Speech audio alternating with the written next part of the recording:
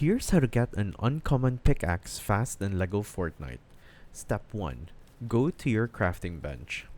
You'll need a few materials to craft the uncommon pickaxe. Find and mine granite stones.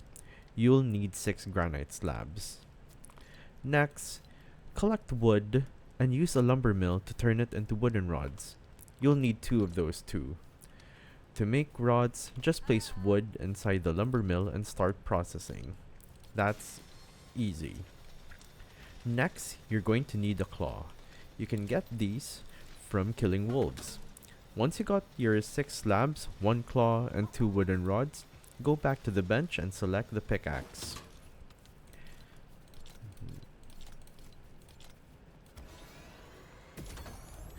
Now you can mine tougher resources like Knotroot and Marble, which unlock tons of new upgrades. The uncommon pickaxe is your key to crafting better gear and building a stronger base. And that's how you get the uncommon pickaxe in LEGO Fortnite. Farm smart, upgrade quick, and rule your world.